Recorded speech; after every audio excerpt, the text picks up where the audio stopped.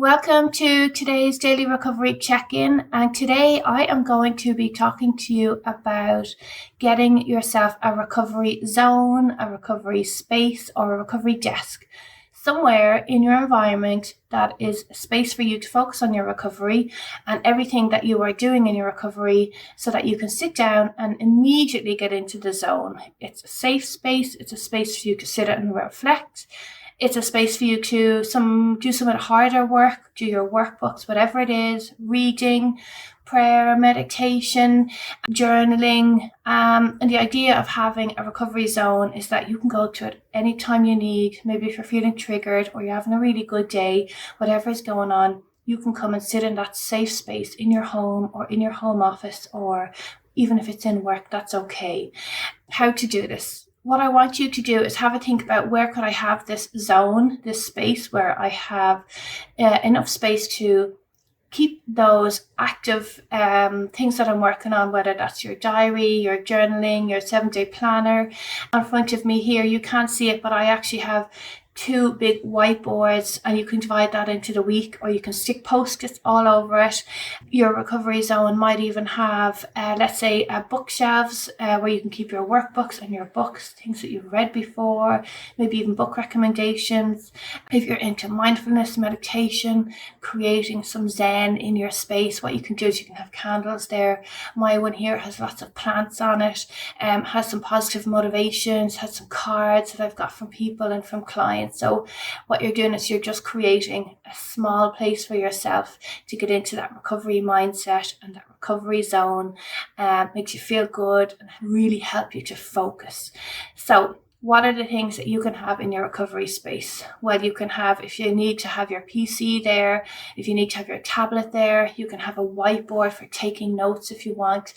You can be the place where you keep your journal and your diary. If you were watching one of the videos earlier, any of the other videos, you will see that I will have been talking about the power of planning in your recovery to keep you focused. So you might have a calendar there that you're ticking off how you're doing, maybe what your mood is at, what your sobriety count is at.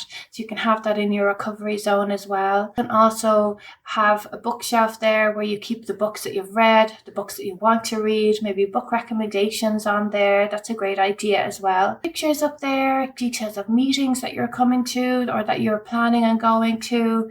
You can put up there positive motivations, reminders.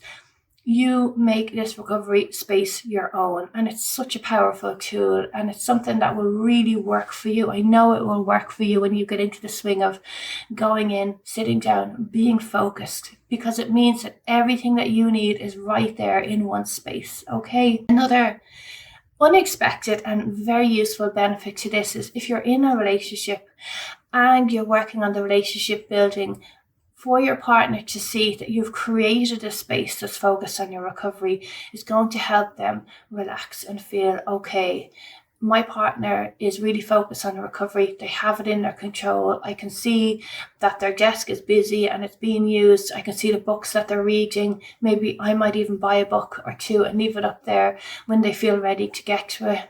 They can leave you notes and messages there if they want. They can actively see you working on your recovery when you're saying, I'm just going in to sit down, and they see you journaling, taking notes. They might even see the plan that you have for the week ahead, the meetings that you're going to, how you're doing in your recovery. So from a relationship healing, a relationship repair, a relationship trust building process, having that recovery zone is really, really valuable. So have a think about what you might have in your recovery zone. Have a think about where it might be, what you can put in it, how you want it to feel, what you want it to look like, and you can get that done. So the recovery coach in me is jumping in here and saying, okay, so you like the idea. What are you going to do about that? Where are you going to have that space? When are you going to have that space set up? What do you need to do to make that happen now? And what benefits do you want to have from actually having that space? So have a think about how that can benefit you at the moment, how to work towards that goal. Don't overthink it. Just go and see how you get on. A recovery zone is something that will kind of grow over time. You will make it your own. You'll make it your safe space and your comfortable space. Then when you have it all set up, get into that habit of maybe going in, sitting for 10 minutes in the morning, 10 minutes at lunchtime, half an hour in the evening. Do your journaling, do your diary, look at what are the things that you need to get done, use it as a really positive space to keep you focused and motivated. And I promise you it's going to work for you. So get into that routine and enjoy it. Enjoy the creativity of having a space to make your own. And I hope that you find that beneficial.